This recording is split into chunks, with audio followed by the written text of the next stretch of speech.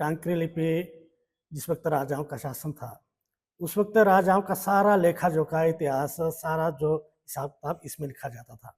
यहाँ तक कि जो पुराने दुकानदार लोग होते थे, वो भी इसमें लिखते थे और अपनी बही में टांकरी में लिखा जाता था। सबसे बड़ी बात ये है कि उस वक्त पूरे प्रदेश में टांकरी पॉपुलर थी। चाहे कुल्लू देखिए, चाहे मंडी देखिए, कांगड़ा देखिए, चंबा देखिए, हर जगह टांकरी का प्रयोग होता था।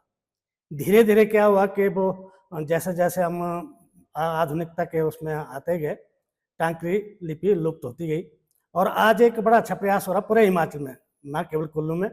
हाँ, ये हम जरूर मानते कि कुल्लू इसका गढ़ रहा है और आज भी कुल्लू गढ़ है। कुल्लू में यतीन जी से पहले खोबराम ठाकुर जी थे, जो टांकरी के विशेषज्ञ थे।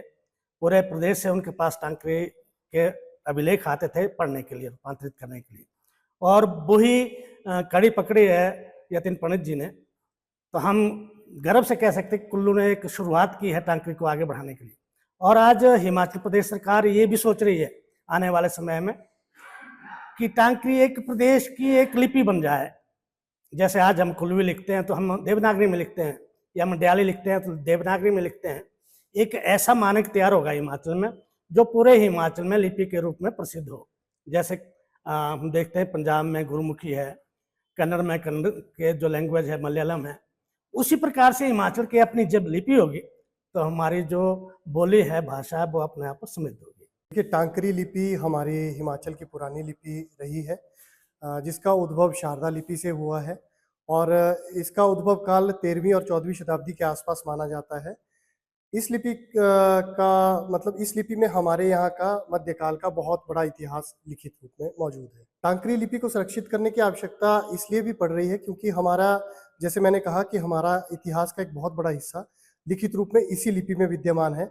चाहे आप वो मंदिरों के काष्ठ फलकों पे देख लीजिए या देवी देवताओं के मोहरों पे, ताम्रपत्र जो हमारे राजाओं की संधियां हुई है, और उसके अलावा भी विद्वानों ने उस समय की लोक विद्याओं को टांकरी लिपि में लिखित रूप में सहेज कर रखा है।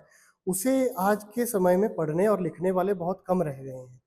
तो ये प्रयास इसलिए है कि जगह जगह जाकर हम लोगों को इसमें इसका ज्ञान दे सके और वो इसमें निपुण हो सके, ताकि वो अपने अपने क्षेत्र के इस प्रकार की पांडुलिपियों को पढ़ने में सक्षम हो पाएं और अपने क्षेत्र में जो भी इस प्रकार का छुपा हुआ इतिहास है जिसको आज तक लोग समझ नहीं पाए, वो लोगों के सामने निकल कर आ सके। देखिए, ये प्रशिक्षण शिविर एक तरह से हमारे लिए एक सफल ही रहा है अभी तक का। लोगों ने बहुत रुचि दिखाई और जगह जगह से लोग इसमें आए हैं और कन्या महाविद्यालय सुल्तानपुर की कन्याएं भी इसमें प्रशिक्षण लेने इस बार आई हैं।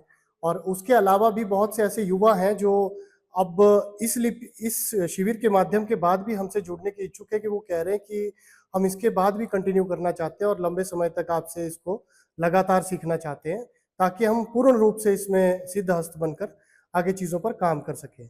देश दुनिया की हर खबर सबसे पहले देखने के लिए फॉलो करें Dainik Savera TV, YouTube, Facebook, Instagram, X और व्हाट्सएप चैनल पर।